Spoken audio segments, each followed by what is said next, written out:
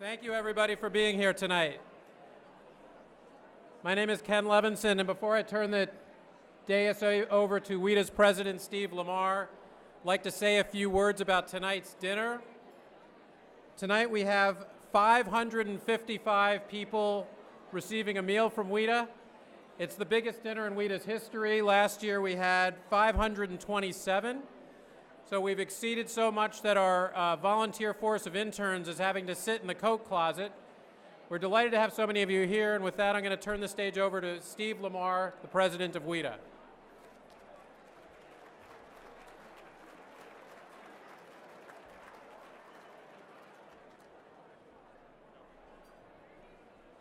Thanks, Ken. Before I begin, I'd like to get your attention real quick, if I could. This year, we had a tremendous year on trade. We've had a lot of successes. And what I'd like to ask us all to do is we should all give each other a round of applause because it's been an amazing year. So if we could do that.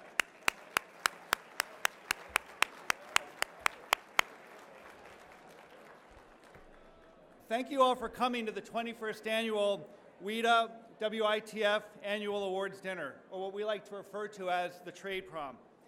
This year, WITA marks its 33rd anniversary. Since 1982, WITA has become one of the most important trade policy institutions. We host briefings, trade programs, embassy events, and happy hours to bring together and educate the Washington trade policy community. From a handful of dedicated professionals, we have steadily grown and now exceed 1,800 with over 130 group memberships, a WITA membership all-time high, and the largest such organization in DC.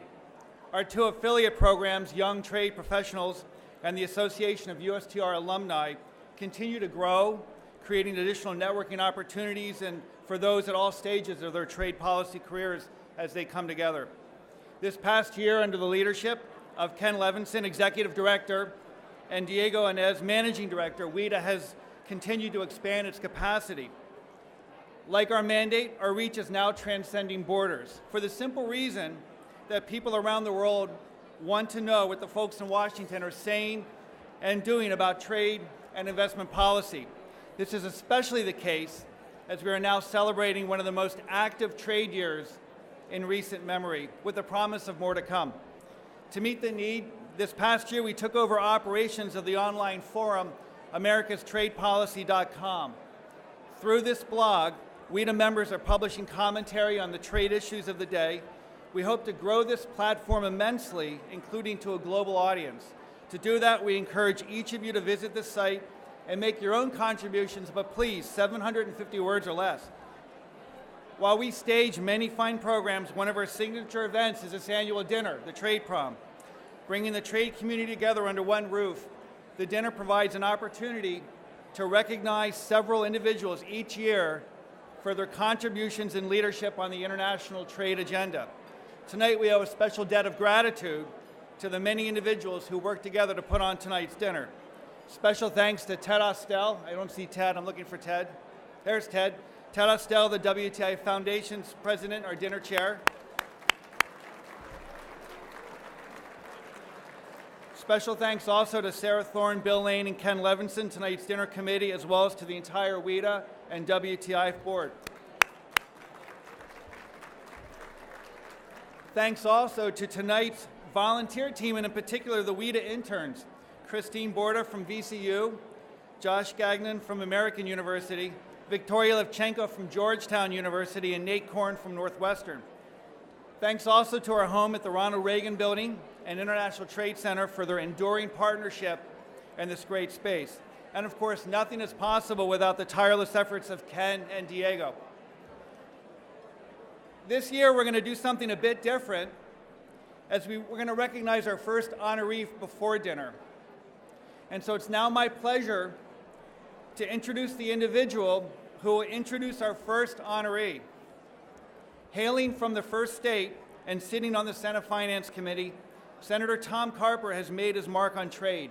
He has been a leader on efforts to forge a bipartisan trade agenda, whether it is fighting to open up markets for Delaware's poultry, reducing import costs for Delaware's manufacturers and consumers, and supporting workers whose jobs depend on or are affected by trade.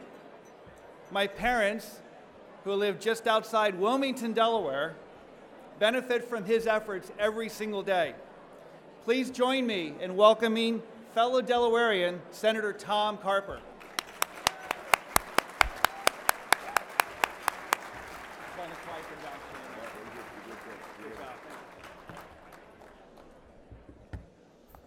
Let me hear you say, Mr. President.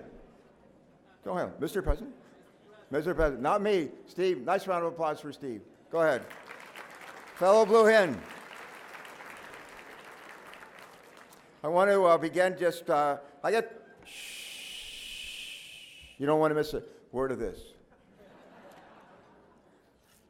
I have the honor of introducing Senator Hatch, and I'll do that in just a moment. I want to take a moment and congratulate Paul, and it's great to see you. Thank you for your leadership and your service in the House.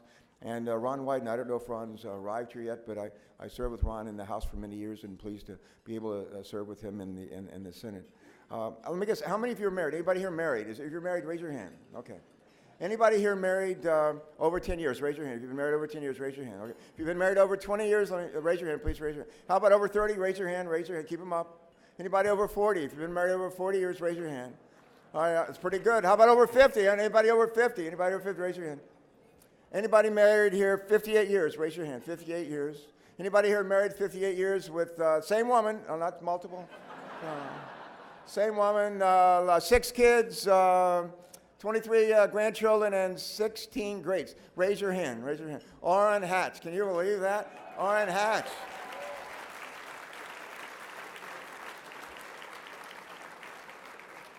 Whenever I talk to people that have married a long time, I ask them, what's the secret to being married a long time? I'll just give you a quick sampling. Not long ago, a couple have been married, not 58 years, about 54. I said to the wife, what's the secret for being married 54 years to this guy? She said, he can be right or he can be happy. He cannot be both. Cannot be both. I don't know if we have anybody here from Las Vegas. I met a couple married 47 years last year, and I said, where were you guys married? And they said, Las Vegas. And I said, where in Las Vegas? He said, one of those chapels of love. I said, you're kidding. I didn't know they lasted 47 weeks.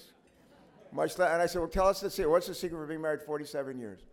Never forget what the guy said. He said, when you know you're wrong, admit it. When you know you're right, let it go. Just let it go. I practiced that last night. Worked pretty well. Give you one more quick one. I used to be governor of Delaware for a number of years, and everybody here comes from a state with a state fair. On Thursday of Delaware State Fair Week, which is next Thursday, it's Governor's Day. And it's not only Governor's Day, it's also Senior Citizens Day. And one of the years when I was governor, I got to welcome thousands of senior citizens to the state fairgrounds. They put them all up in a grandstand. And I got to be the MC for the presentation. We introduced the oldest living man, 88. We introduced the oldest living woman, 92. I introduced the couple that had been married the longest that day, 63 years. And they were still mobile, and I asked them just to walk down the aisle together and to receive everybody's applause. So they walked down, they're sitting next to me, the husband and wife, and I took my mic, Orrin, and I said to the wife, I said, what's the secret for being married 63 years? She said, don't die.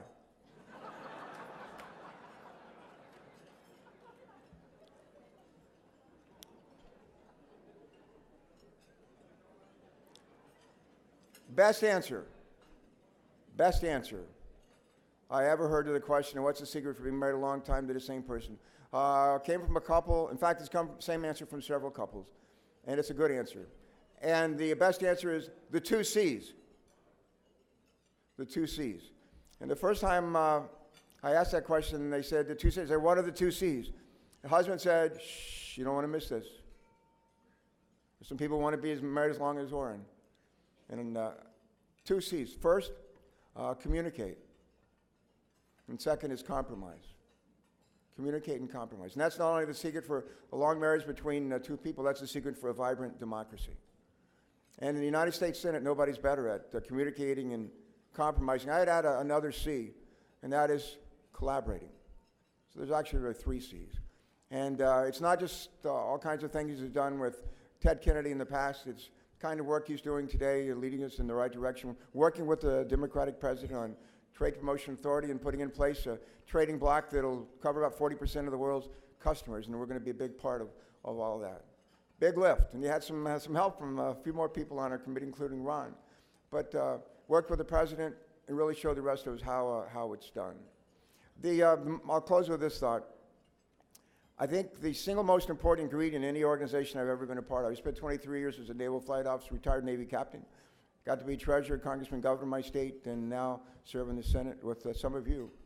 And single most important ingredient in any organization I've ever seen is leadership. And I think if we run around the room here and we ask people what's the most important ingredient in a successful organization, I don't care what it is, most people say it's leadership. And I just want to talk about the kind of leader briefly that Orrin is, and then I'll make the presentation. Leaders are humble, not haughty. Leaders have the heart of a servant. It's our job to serve, not be served.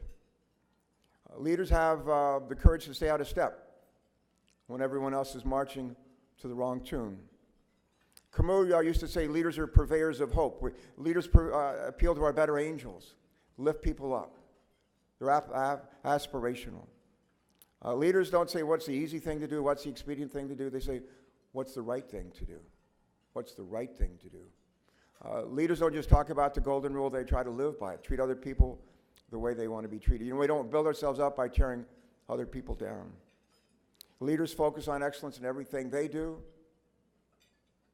If it isn't perfect, they want to make it better. Leaders never give up. Leaders never give up.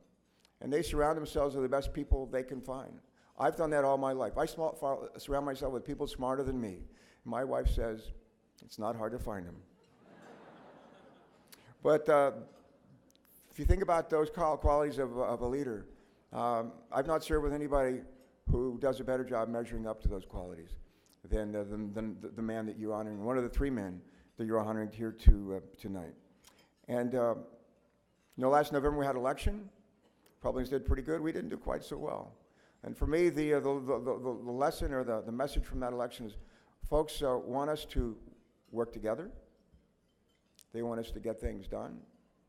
And they want to, among those things, get things done. They want us to do things that will strengthen our economic recovery. And that's why the Trade Promotion Authority, that's why the trade partnership is so important, and your leadership is so important, Orrin.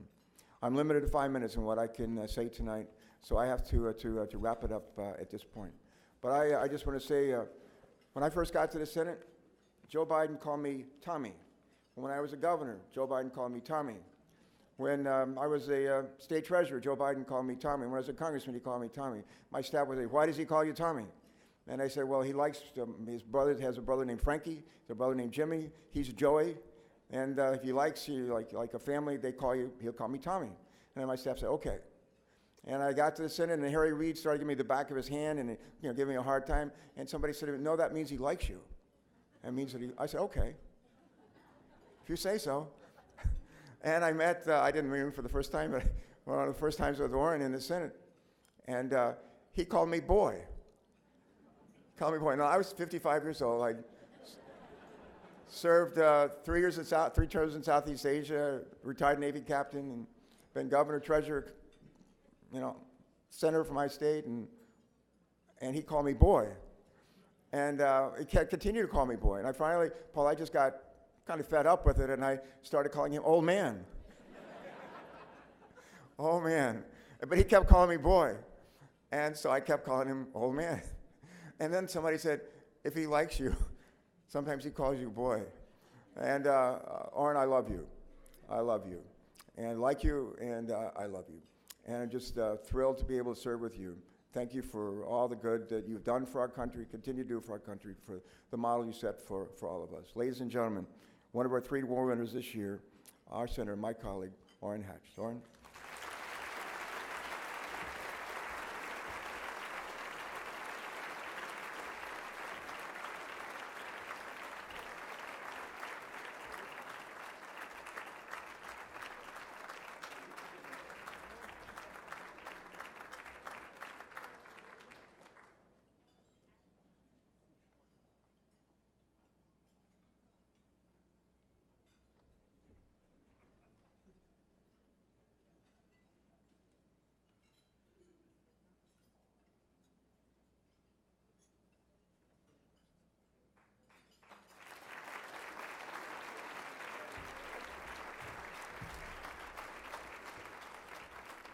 Come on, give it up, Orrin Hatch, give it up, give him some love. On your feet, come on, let's hear it. Come on, Orrin Hatch, come on your feet, here we go. Come on, let's stretch him up. 7th inning stretch, here we go. Orrin Hatch, Utah. All right.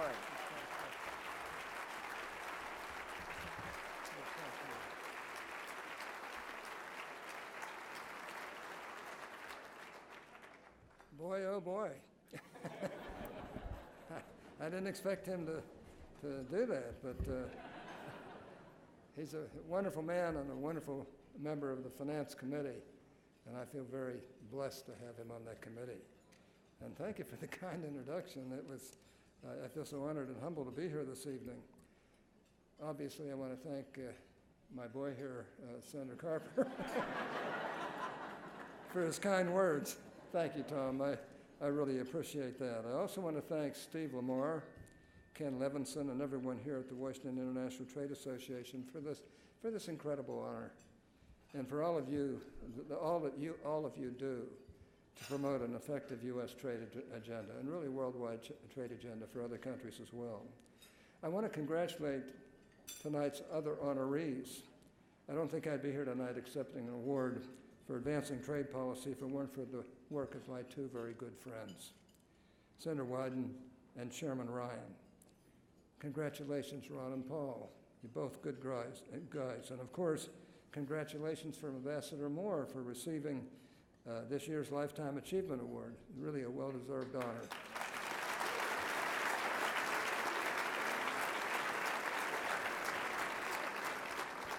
Well, here we are at the trade prom, and I'm not going to lie, at my age it's nice to be invited to any prom. That's all I can say. When some of you saw the announcement I was going to be honored here this evening, your first reaction was probably something along the lines of, wait a second, Orrin Hatch, is he still alive? To answer that question, yes. Clinically speaking, I am. I'll put it that way. Thank you for your concern. Seriously, though, I'm very happy to be here tonight. I can only stay for a short while. There is so much division in Washington these days. In fact, it has almost become a cliche for politicians like myself to lament the lack of bipartisanship and cooperation in our government. Everyone knows that partisan gridlock is a problem that at all times has kept us from getting things done. Fortunately, over the past several months, members from both parties in Congress and the administration have been able to come together to advance our nation's trade agenda. It has been exciting to see this unfold, and I'm very grateful to have been a part of this very important endeavor. And while there are some often loud and often influential opponents, trade is something that has traditionally brought people together, and for good reason. Put simply, U.S. trade with foreign countries is a good thing. I think we're all in agreement on that. Trade creates new opportunities for American workers and enhances the standard of living for our citizens here at home. Trade helps lift people across the globe out of poverty. And trade allows us to export American values like capitalism, open economies, and the rule of law all around the world. We're all here tonight because we share these beliefs, and fortunately, we're not alone. That's why this year we were finally able to renew Trade Promotion Authority and update our nation's trade laws for the 21st century.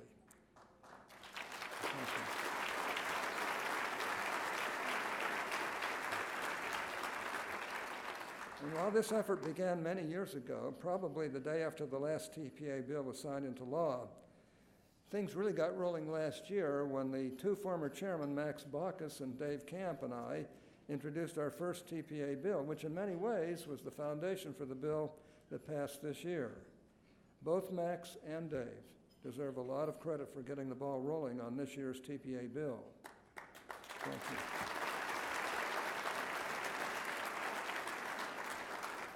Fortunately, it didn't end there. Tonight, the two gentlemen who will speak later tonight, Ron Wyden and Paul Ryan, both worked assiduously to add the essential improvements to the bill and to get it across the finish line. From the outset, the three of us worked as partners in this effort, and I'm so glad to be able to share in the success with these two great leaders. Of course, none of this would have been possible without the efforts and the hard work of so many people in this room. From the time we began drafting the TPA bill to the day it was signed into law, you supported our work and you made your voices heard. I want to personally thank all of you for your efforts and for your support and for your encouragement throughout the process. And I had plenty of encouragement. I know the other two did as well. So let's take some time tonight to enjoy our recent successes. But let's not get caught up in patting ourselves on the back. We still have a lot of work to do. Passing TPA was an important step, but at the end of the day, it was just a means to an end. That end, of course, is the negotiation and enactment of strong trade agreements that open markets for our exporters, advance our nation's interests, and provide measurable benefits for the American people. And in that larger, more important effort, we still have a long way to go. As always, I'm optimistic, and working together, we can do great things for this country. I look forward to working with all of you on the trade challenges that lie ahead. Let me just tell you what a privilege it was to work with Ron Wyden in the Senate. We had our days when it wasn't quite as exciting and quite as good as I thought it should be. And I'm sure he felt the same way from time to time, because I am a driver, there's no question about it, and sometimes I can get on people's nerves, but I try not to. I try not to, but I always fail. Let me just say that Ron is an integral part of this, and I have a lot of respect and love for him. Let me just also pay tribute to Paul Ryan.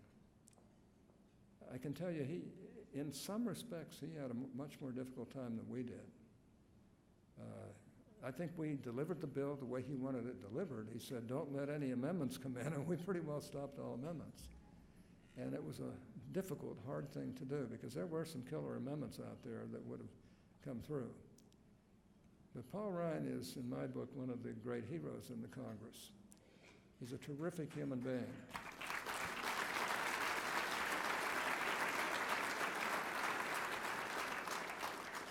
He needs to listen to me a little bit more.